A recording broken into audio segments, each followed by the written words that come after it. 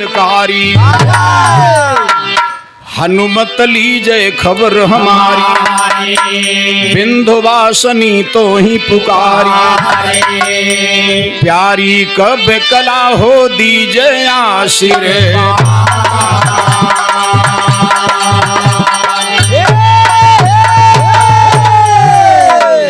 भैया हो, माँ की आशीर्वाद लेने के लिए तरह तरह के बच्चे सुनाते हैं, बोलते हैं, अर्जी वंदना करते हैं। कहना है जागा जागा मैहर वाली, तो के कलकत्ते की काली। महफिल आज बजावे ताली, देवी कैदा फूल मन के बो।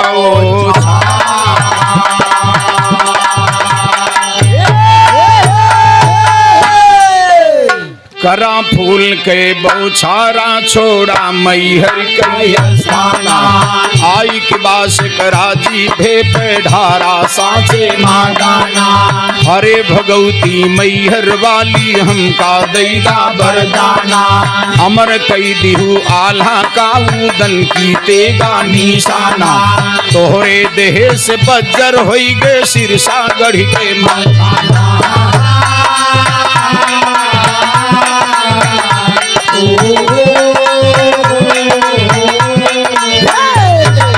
गुरुवर माधव राम सभा में हाथ जोड़ बिनती ठाना। हाल कही हम नैना गढ़ के जहाँ नरमल बौराना। जेकर बहनी आए सोना भाई रूप देहे यश भगवाना।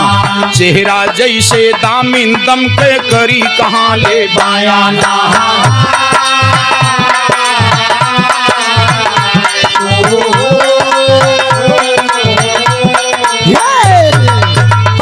सोना का भी है कायाए बड़ बड़ बनवाना।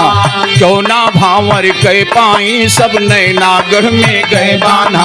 पावन दुल्हा पड़े जियलमा सेवा थे बंदी खाना। तौने सोना का भी है का उदल बाटे अगवाना। जबरन टीका चढ़वाए हैं मोहबा के उदल राना। चढ़ी तिलकिया भाई आल्हा के सबको सुना भरे जाना।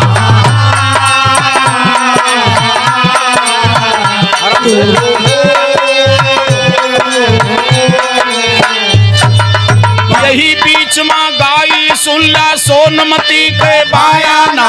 16 बरस की सोना होई गई हो बंधुनो मस्ताना। चढ़ी जवानी सोनमती के वर्णन ले मन के माना। एक दिन दासी का बुलवावे बीमारी के बहाना। दासी आए सामने पहुंची सोनमती से बतलाना।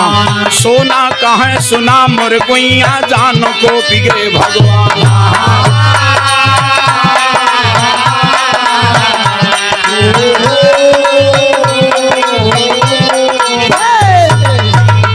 जानो उम्र भर रहा भी कुमारी, काऊ लिखे हैं विधना। और इस बीच में परम सद्य श्री रामचंद्र पाल जी हमारे मगरौरा की पावन धरती पट्टी प्रतापगढ़ से अब बड़ा सुंदर बिरहा गायक हैं भैया। श्री रामचंद्र पाल जी आपकी तरफ से आशीर्वाद 101 रुपए का सम्मान आया है। भैया को धन्यवाद। नई बस्ती बम्बे पाल नई बस्ती की तरफ से बाबूजी 101 रुपए का सम्मान आशीर्वाद आया है। बहुत बहुत धन्यवाद। साथियों आल्हाउदल का आप सभी लोग जान रहे हैं, लेकिन बाबूजी नैनागढ़ एक नगर है जहां के राजा बाबूजी ईनरमल था। ईनरमल की बहन जिसका नाम सोना बताया गया। सोना शादी के जोग हो गई, लेकिन सोना बड़ी चिंता में है। चिंता में इसलिए है कि उनका भैया ईनरमल बहुत बड़ा वरदानी था और उसने चैलेंज कर दिया कि जे हमसे लड़ाई करके जीत लिए तो मेरी बहन सोना को शादी कर ले। यही बात सुन करके साथियों सोना घबरा गई कि ना तो हमारे भैया से क्यों लड़के जीते वाला बा और लागत बा कि हमार सदियों न होए, जिंदगी वो इसे रह जाओ। ये हमारे पवन कुमार पाल दादी की यादगार में 501 रुपए का सम्मान आशीर्वाद आया है। दादी जी की आत्मा को भगवान शांति रखें और दादी जी का पूरा परिवार कुशल मंगल से रहा है। पता लगा कि दादी जी की 5-6 बेटा हैं। वो हमारे सुरेंद्र पाल जी हैं, हमारे लल्लू पाल जी हैं, हमारे पृथ्वीराज पाल जी हैं और हमारे आशाराम पाल जी हैं। 2 नाम और छूट रहा है तो बता देंगे तो बोल देंगे। नई बस्ती राम कृपाल मौर्य की तरफ से 101 रुपए का सम्मान आशीर्वाद आया है। भैया को प्रणाम, बहुत बहुत धन्यवाद, आशीर्वाद की कामना है। पूरे परिवार को बधाई है। ए भैया, इसलिए सोना को बड़ी चिंता बा कि हमारे भैया से लड़के कोई जीतने वाला नहीं है और अगर हमारे भैया के क्यों हरा न पाए तो हमारी शादी न होए। दासी का बुलाई सोना रोवे लागी। दासी बोली, राजकुमारी कहीं रोत हो? कहीं राजकुमारी कहीं दासी तू जानत हो कि हम शादी के जोग हो गए और हमारे भैया ये शर्त लगाए दे हैं तो बतावा हमारे भैया से क्यों लड़की जीते वाला बा? ना तो भैया से क्यों लड़की जीते और न हमार शादी होए। सोना रो करके दासी से बतावत ही लटका में बाबूजी। बोली सोनमती महारानी, अरे गुइया चढ़ी मोर जवानी, कैसे राखी पति पानी, यही उमरिया कैसे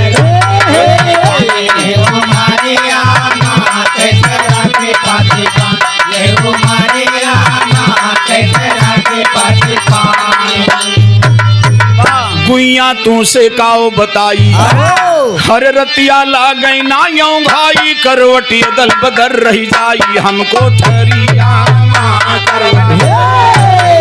हमको ठरिया करवटी दल बदल रही जाई, हमको ठरिया करवटी दल बदल रही जाई।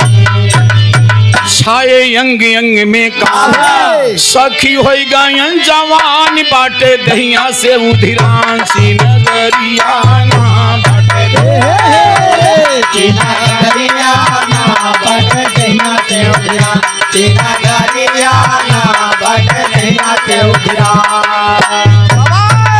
तो हम का क्यों ना परे दिखाओ, नरमल से करे लड़ाई, तो के नैना में करावई मोरी भवरिया तो के मोर भवरिया तो के नैना में कराव मोर भवरिया तो के नैना में करावई। दासी कहे तुम्हें बतलाई, दासी समझ गई दिल की बात। भाई साहब हाथ जोड़ के बोली, राजकुमारी चिंता न करा, तुम्हें मालूम बा कि हमार बिया न होए, लेकिन हमें मालूम बा कि तुहार बिया जरूर हो जाए। हम बतावत ही सुना। दासी कहे तुम्हें बतलाई, हरे काऊ दल का गयू भुलाई, चिट्ठी भेजा लइके आवेला सटरिया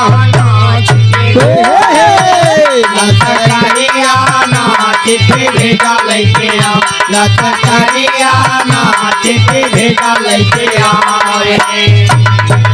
जई है उदय चंद्र जब आए, पहुंचत भामर लिए कराई, साथे ले जई है महोबा की नगरिया साथे नगरिया साथे ले जई है महोबा की नगरिया साथे ले जई है महोबा की। दासी बोली, राजकुमारी तुम्हें पता ना बा, एक महोबा नगर बा, महोबा में एक आल्हाऊ दल है और बड़े लड़ैया है। जौने दिन वे तोहार खबर पाई गई हैं, पैदल चला आई है। हमें विश्वास बा किया करके नरमल से लड़ाई करके और जीत के तोहार भावर करा ली है। तो सोना कहे लाग फटकार, ए दासी सोना कहे लाग फटकार, अरे हमका बोलत यहाँ कुफार, उदल ऐसन पड़े जियल की भीतरिया ना उदल भीतरिया ना उदल पड़े जियल की भीतरिया ना उदल पड़े सोना रानी बिगड़ गई, डांटे लगी, ए दासी जो ने उदल के तू बखान करती हा उन्हें सो समरे कारण 52 जने जेल खेवता है। अच्छा आप लोग बता दा जौने दुल्हे बिटिहने के कारण 52 लड़कन को जेल हो जाए, कोनो खासे बिटिहनी रही हो भाई, तो कोनो मामूली बात ना बा। सोना रानी डांटी, दासी ए दासी तू जानता हो हमरे कारण 52 लड़का जेल खेवता है और तू उदल उदल के कहां चक्कर में पड़िया। ए भैया और तेज करो भाई, थोड़ा सा बढ़ाइए हारमोनिया को, हाँ थोड़ा सा बढ़ाइए।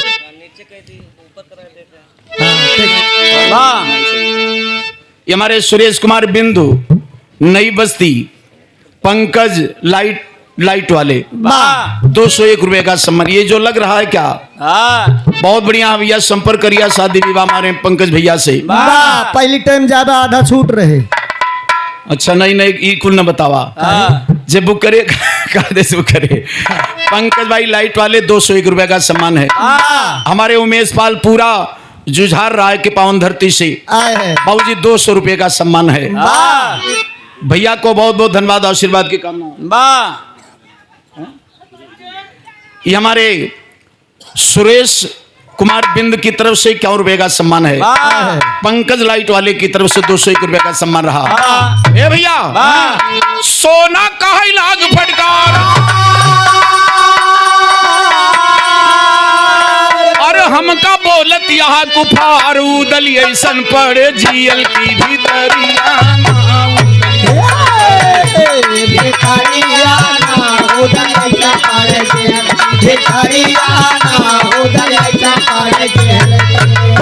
दासी कहे सुना महारानी, अरे कहना ला हमारी जो मानी ले बूदल का पहचानी तालवरिया ना ले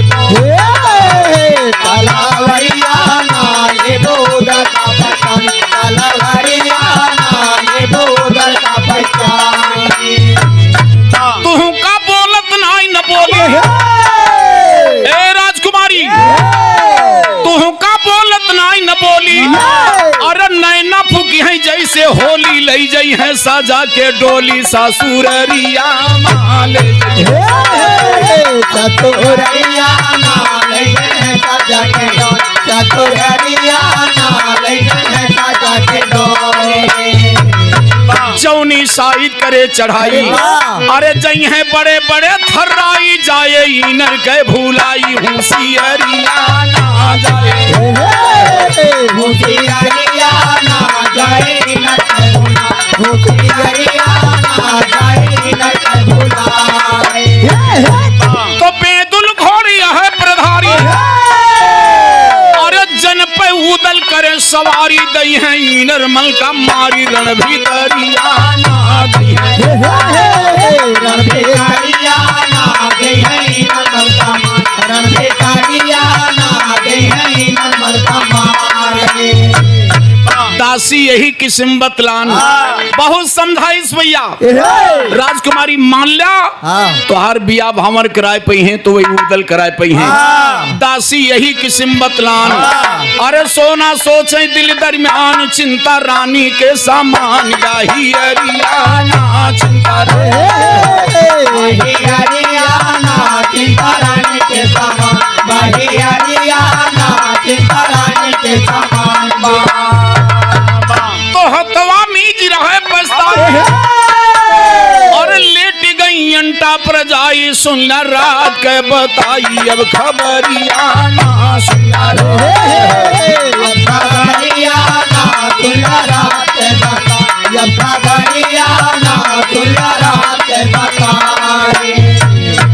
दिन के दोनों जनी बोली बतलानी भैया, लेकिन सोना के विश्वास ना बा।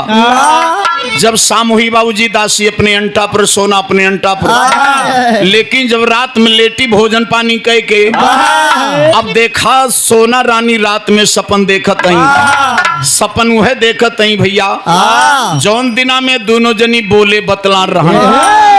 हम हुए आप अगर दिना में कोनो ज्यादा चर्चा कई दिन जाए तो रतिया में हम आपका दिखाई पड़े भाई साहब। नहीं जे खलिहर रहा तो ढेर सपनों देख। नहीं नहीं ऐसा बात नहीं ना। तो सोना रानी बाबूजी रात में सपन देखत हैं। का सपन देखी सुना कहना है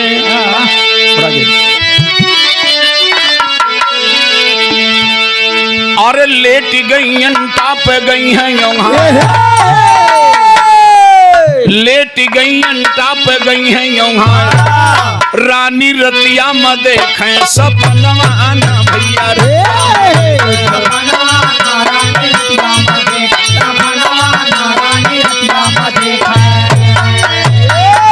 अरे सपने में सोनमती देखती सपने में सोनमती देखती है उनके सोई रहे आल्हा गोहनवा ना भैया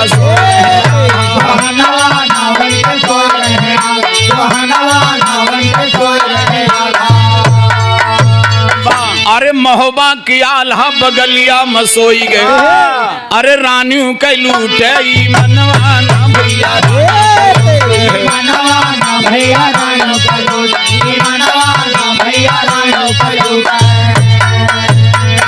हरे अखिया खुली जब सोनमती जागे अपने संयक ना पावे समनवा ना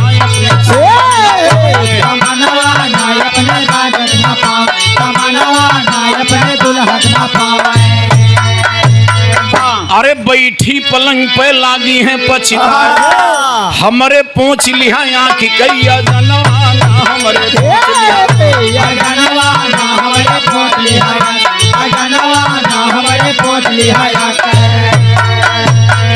कहाँ चढ़ती जवानी के फूल लिहा तो पिया तू दगवा डारा चमनवा ना पिया चमनवा ना पिया तू दगवा चमनवा ना पिया तू दगवा डारा। ए भैया कहाँ अब तो बिया हवा करब तोहरे साथ। सपने में आल्हा के बाबूजी सोना से मुलाकात हुई और जब आंख खुली बाबूजी तो सपन सपन हो गया। सपने में आल्हा के सकल सूरत देख के सोना मोहित हो गई। रतिये में प्रतिज्ञा करत ही अब ब्याह करब तो महोबा के आल्हा के साथ में यह प्रतिज्ञा बाबूजी रात में करत ही कहाँ अब तो बिया हवा करब तोहरे साथ। अरे महोबा के बारे ललनवा ना भैया तोरा के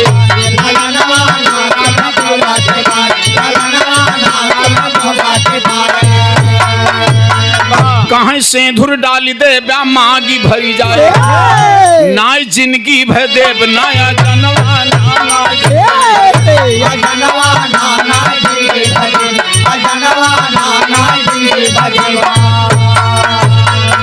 ऐसन प्रण कई के उठी सोनमती अपने सैया का लिखे परिवनवा नाय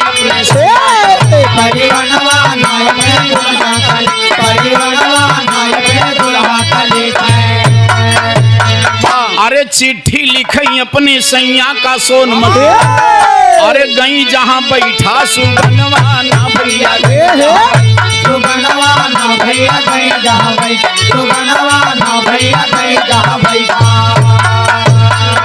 अरे हथवा जोड़ी रानी अर्जी करें कहाँ मान लिया सुगना कहाँ नवा ना भैया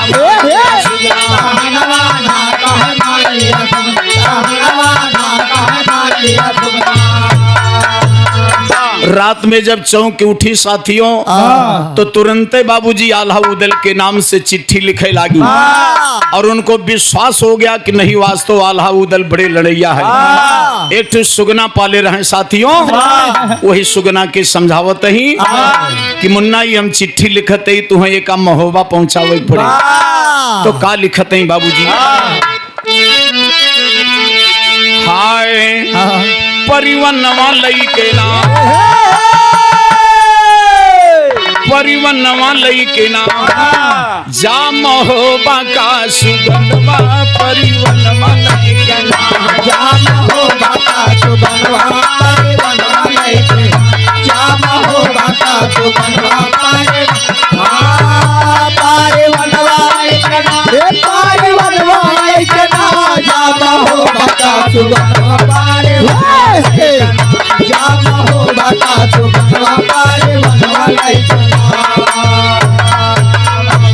उठी पलंग से सोनमती रतिया में लिखे बयानवा हे महोबा किया लहाया अरे साजी बरात सजनवा भावर कैला मरे गोहनवा परिवनवा अब सोई रहो टरिया मिला सपन में आल्हा अरे सोया मोरी से जरिया लूटा धोखे माई मनवा परिवनवा लोटा धोखे माई मनवा पारे मनवा लोटा धोखे माई मनवा पारे पारे मनवा हो पारे मनवा लोटा धोखे माई मनवा पारे लोटा धोखे माई मनवा पारे मनवा ए भैया एक बात और चैलेंज करते ही कहे बहुत बखान सुनन उदल के जो हरियाई दिखावा सुनत ही काल्हा उदल बहुत बड़े बलवान हो लेकिन नैनागढ़ में सोना को भावर कराला तब तो हम जानब बलवान है ना तो बहुत बखान सुनन उदल के जो हरियाई दिखावा करा लड़ाई नरमल से अरे भावरी मोरी करावा आवा दिउला के ललनवा परिवनवा आवा दिउला के ललनवा पारे मनवा आवा दिउला के ललनवा पारे पारे मनवा हो पारे मनवा आवा दिउला के ललनवा पारे आवा दिउला के ललनवा पारे मनवा यही किस्म से लिखे पत्रिका सुगना को समझाओ ले गोदी में चुम्मे चाटे और गटई माँ पहिरावे जाता सैया की भवनवा परिवनवा जाता सैया के भवनवा पारे मनवा जाता सैया के भवनवा पारे पारे मनवा हो पारे मनवा जाता सैया के भवनवा पारे जाता सैया के भवनवा पारे मनवा यही किस्म से चिट्ठी लिख कर दिया गले माँ पहनाई लईके चिट्ठी चला सुगनवा पहुँचा है मोहबा जाई को बैठा वही जगह पे जहाँ रहे दोनों भाई चिट्ठी बांधे देखे उदल सुगना लग पहुँचे जाई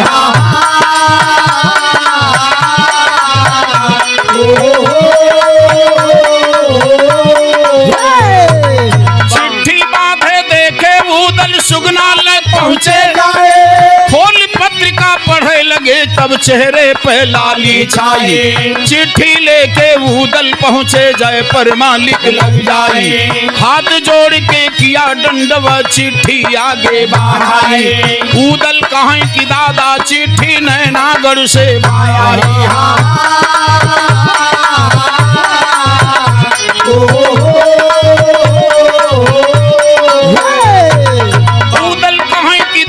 चिट्ठी नैनागढ़ से चिट्ठी लेते सुगना आए सोना हमका बुलवाए लेके चला बरात साज आल्हा के कैले पर मालिक कहें कि उदल चिट्ठी फारक दिया बहाए बिहन पौब्या क्यों सोना का ही नरमल जे कर भाई उदल कहें कि ये दादाजी अब तो कसम लेहन खाए आल्हा भी है का ना रही है बतिया कहे जाए और मालिक कहें कि जो ना मन उदय चंद्र का जिदिया है जाय मनाइला मल खाने का साथ में अपने लिवाई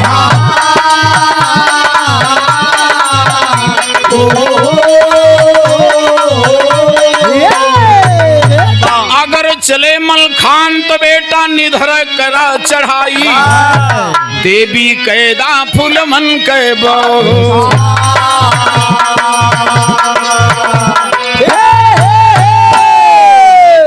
उदल के पास चिट्ठी पहुंची साथियों जब पढ़े तो उदल की आंखें लाल हो गई चिट्ठी ले जाके प्रमाण साहब को दिए कहें दद्दा ए नैनागढ़ से चिट्ठी आई बा और बड़ा चैलेंज इस चिट्ठी में लिखा है। दादा का कीन जाए आए है प्रमाण साहब जब देखें चिट्ठी कहें उदल बेटा ये चिट्ठी बड़ी खतरनाक बा। एक बात जान लिया हाँ। नैनागढ़ में एक कीनरमल बहुत बड़ा वरदानिक है, बलवान है। उससे लड़ाई करके उदल पार न मिले। एक काम करा चिट्ठी उठी फाड़ के बहाय दा। कहे दादा ऐसन बात ना बा, अगर आप आदेश कह दा तो हम तैयारी करी। कहे लेकिन एक काम बा जाके मलखान भैया से मिला। अगर सिरसागढ़ के मलखान तैयार होता है तब तो ठीक बा, ना तो उदल हिम्मत ना ना। उदल भाग के साथियों सिरसागढ़ होता है मलखान भैया के पास। थोड़ा सा और मार दी। ये हमारे सुखराज पाल जी हैं, ये नई बस्ती आपकी तरफ से 101 रुपए का सम्मान है। राज बहादुर पाल हमारे भदोही के पावन डोमनपुर के पावन धरती से 101 रुपए का सम्मान है। आशाराम पाल के दोस्त हैं आप, 101 रुपए का सम्मान है। संतोष पाल हमारे नई बस्ती 101 रुपए का सम्मान। गामा भैया पाल नई बस्ती 101 रुपए का सम्मान। डॉक्टर बैजनाथ पाल हमारे अमर मेडिकल स्टोर आपकी तरफ से 101 रुपए का सम्मान है। सभी श्रोता बंधुओं के बहुत बहुत धन्यवाद बा। उदल भाग के सिरसागढ़ पहुंचे मलखान के पास और दरबार लगा है। मलखान भैया जब देखें उदल का गले से लगा लिए। कहीं उदल भैया बहुत खुशहाल लावा था, कोनो मामला बा का। देखा उदल अपने मलखान भैया से का कहते हैं सुना। दरबार लगा है बाबूजी। उदल यही किस्म बतलाना पहुंचे जहां रहे मलखाना। भैया आया है परिवाना ई नरमल से करे का मैं।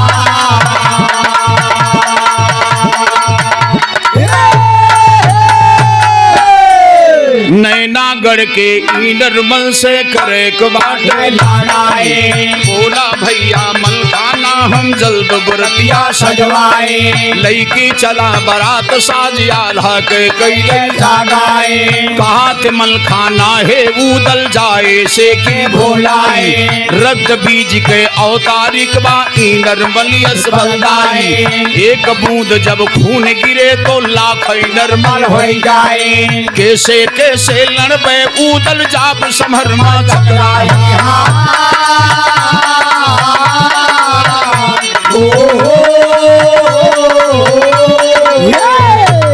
कहा मान जा बाघा उदल दिया तिलकिया लौटाए। उदल कहाँ भरोसे तोहरे लहन तिलकिया चढ़वाए। जब ना चलगा तू नैना का फिर के करी है लड़ाई। जंगी होई कैयस बतलाना की जस बनिया बतलाए। जन्म लिहा कनकाती को किया दिहा दूध का लजवाई।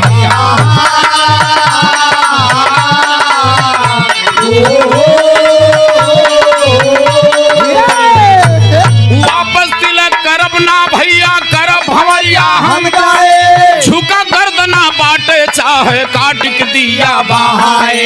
दुई माँ एक ठू सोच समझ के जल्दी दीजे बतलाए। यही किस्म घावू दल मलखान पर पानी चढ़ाए। खून गरम भम मलखाने के कहें गदा का उठाए। कहाँ की नरमल है उदल हम पानी ऐसा पी जाए।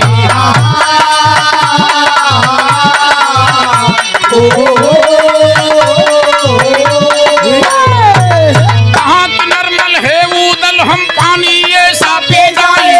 ई नरमल का हाथ मलई के मीजिक दे दे बहाए। ई नरमल का हाथ मलई के मीजिक दे दे बहाए। अज्जा लैला तो माता से लश्कर लावा सजवाए। इतना सुनते बाघा उदल मौला लग पहुंचे जाए। हाथ जोड़ के किया दंडवा चिट्ठी आगे बढ़ाई।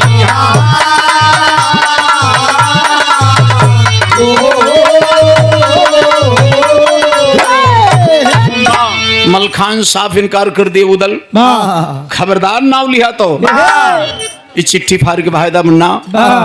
नैनागढ़ में नरमल से कोई लड़की जीतने वाला ना बा। ए भैया उदल कहे या तो हमार गर्दन काट दिया इही लागे मामला खत्म हो जाए और या तो तैयार हो जा दुई में जौन अच्छा लागे तुम्हें वह कही दा मलखान कहीं तो गजब फंसा दी या तो एक मार दी और या तो तैयार हो जाई मलखान कहे जाओ उदल भैया तू बहुत जिद्दी है जा हम मारब न तुम्हें लेकिन चला हम तैयार रही उदल भाग के अपने माई के पास पहुंचे महोबा में देवला रानी के चरण में चिट्ठी डाल के उदल कहे माई ई नैनागढ़ से चिट्ठी आबा बड़ी खतरनाक चिट्ठी बा माई ये चिट्ठी में का लिखा बा हम बतावत ही और हम के आदेश आशीर्वाद दे दा हमार माई देवला के चरणों में बाबूजी उदल चिट्ठी दे के और अपनी माई देवला के समझावत है लटका में तन बड़ा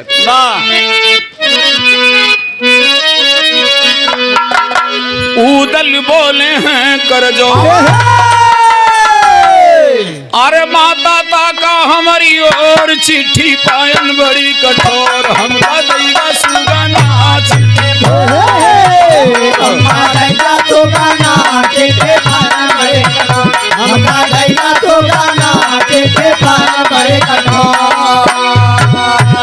चिट्ठी सोनमती भेजवाई हरे जबरन तिलक ले हैं चढ़वाई करी है भैया से सगाई लिखे वाली खाना करी है लिखे वाले खाना करी है भैया से सगाई लिखे वाले खाना करी है भैया से सगाई मारे बाप बोली के ताना अरे महोबा माजे हो मर्दाना पिया है सोना यस जनाना लाई जाए गवाना पिया है सोना लाई जाए गवाना पिया है सोना जनाना लाई जाए गवाना पिया है सोना जनाना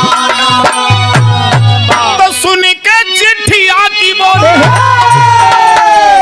सुन के चिट्ठिया की बोले अरे नैना फूकब जैसे होली ले यो बैसा जाके डोली माता तोहरे भावना ले यो माता तोहरे भावना ले यो बैसा जाके डोली माता तोहरे भावना ले यो बैसा जाके डोली कहीदा नैनागढ़ का जाई रोकिन माई हाथ जोड़ते ही कहीदा नैनागढ़ का जाई आशीर्वाद दिया हो माई देरी काहे का लगायू पूछे धई की चरना देरी पूछा धई के चरना देरी काहे का लगा पूछा धई के चरना देरी काहे का लगा दिवला कहे कहला माना दिवला रानी रोवे लागी साथियों अपने उदल भैया के समझावत है दिवला कहे कहला माने अरे उदल ना करा नादानी या टई नरमल बरदानी बेटा माना कहना बेटा माना कहना या टई नरमल बरदानी बेटा माना कहना या टई नरमल बरदानी पावन दुल्हा बड़े बेगाना सेवत बाटी बंदी खाना जाबा नैनागढ़ में बांधा फिर ना हुई है अवना जाबा फिर ना हुई है अवना जाबा नैनागढ़ में बांधा फिर ना हुई है अवना जाबा नैनागढ़ में बांधा आठ रक्त बीज अवतारी जे का क्यों सके ना मारी जे का देह यहाँ वरदान सती के सजना जे का वैसा देखे सजना देखा दे है दादा वैसा देखे सजना देखा दे है दादा सती के सजना जे का वैसा देखे सजना देखा दे है दादा वैसा देखे सजना देखा दे है दादा उदल कहे सुना महतारी काहे फिकर की हूँ तू भारी लोबे सोना सुकुमारी दई की जाई बचना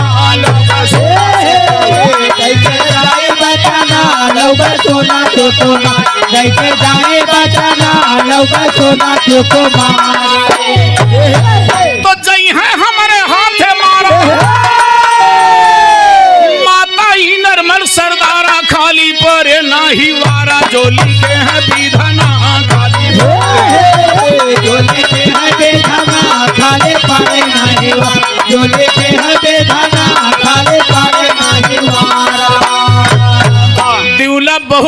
समझाई।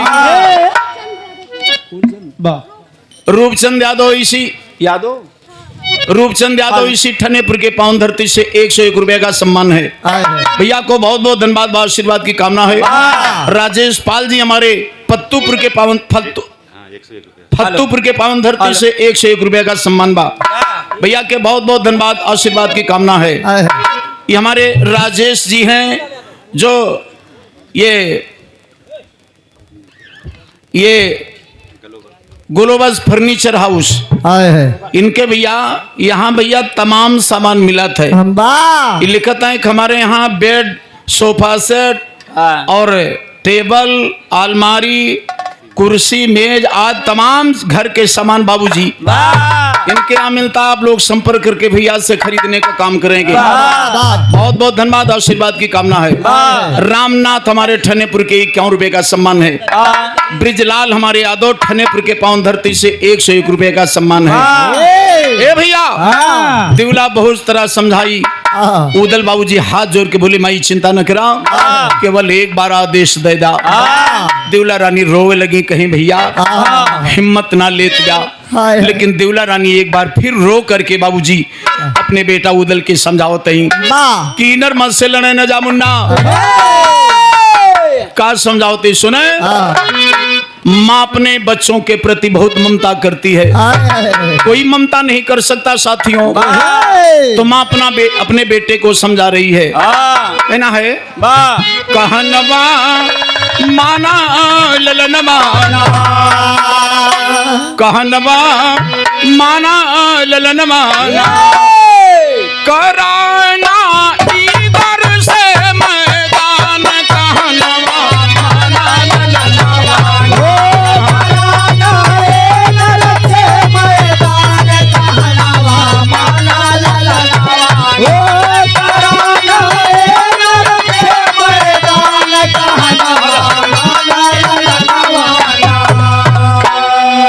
जिद कराना उदल तुमको मिले न सोना रानी हो, बेटा मिले ना सोना रानी, बेटा मिले ना सोना रानी।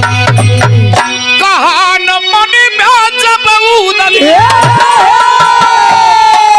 अरे होई है जीव के हानि, कहनवा माना ललन माना, गोड़े इनर मलय अभिमान, कहनवा माना ललन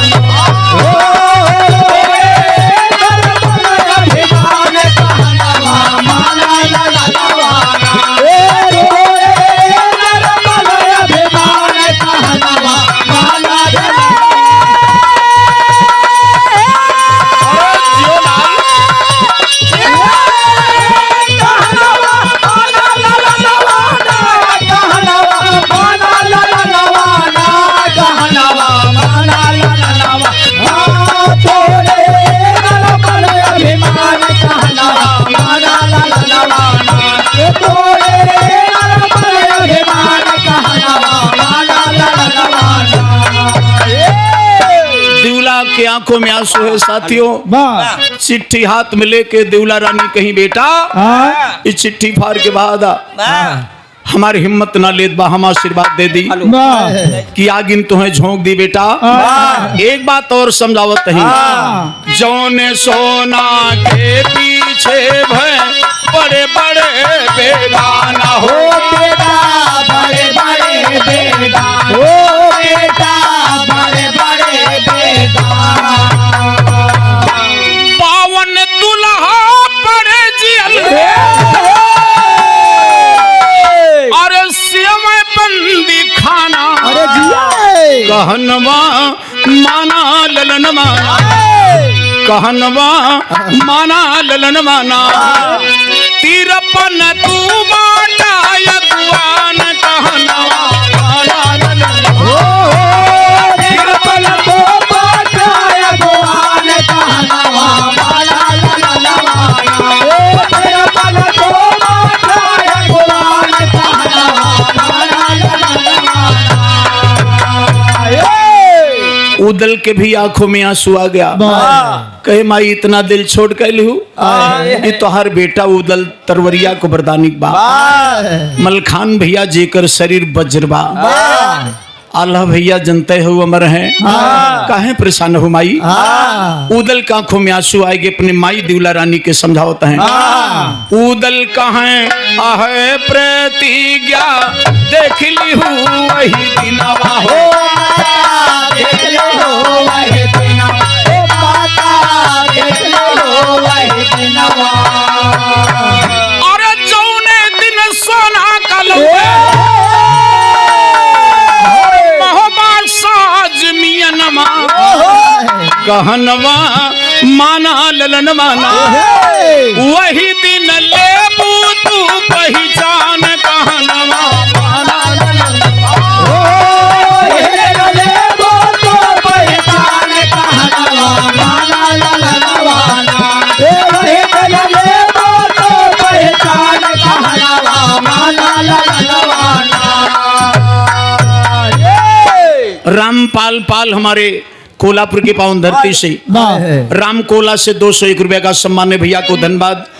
ये सुशील देवी लिखा बा, सुशीला सुशीला देवी ये इन नटोहा, अच्छा नतो हो दादी जी के नतवा हैं आपकी तरफ से। दादी जी के यादगार में 101 रुपया का सम्मान है। दादी के आत्मा को भगवान शांति दे, पूरा परिवार सुखी रहे।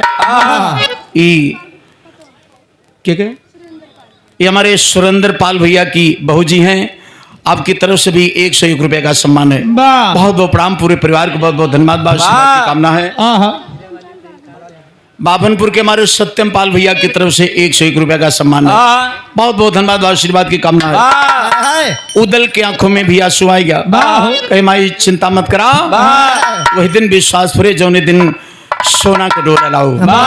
एक बात और कहें, आह शारदा मोरे बहिने पे काऊ करे त्रिपुरारी हो, माता काऊ करे त्रिपुरारी, माता काऊ करे त्रिपुरारी। लाखों इनर मलिका अरे माता कसम तुम्हारी कहनवा माना ललन माना, कई के नैना में ऐलान कहनवा माना ललन, कई के नैना में ऐलान कहनवा माना ललनवा, कई के नैना में ऐलान कहनवा माना ललनवा। यही किस्म से बात कराते उदय चंद्र बलकारे, बड़ा पमारा कहाँ लगाई भय बारात तैयारे, गावे लागे चुके नाई बाघा उदल चर्चा भारे, माधो राम सभा के अंदर सबसे अर्जी जाए।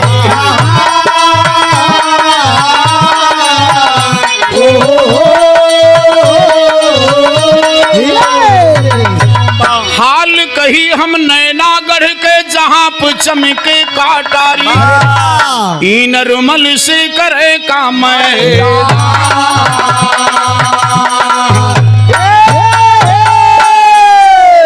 चले बड़ी देर से सुन रहे हैं आप लोग, थोड़ा इधर भी हो, नंबरवारी से आप लोग सुनेंगे ठीक रहेगा, ठीक है ना भाई। देखें दो ही कलाकार हैं तो दोनों को समय चाहिए। बहुत धन्यवाद।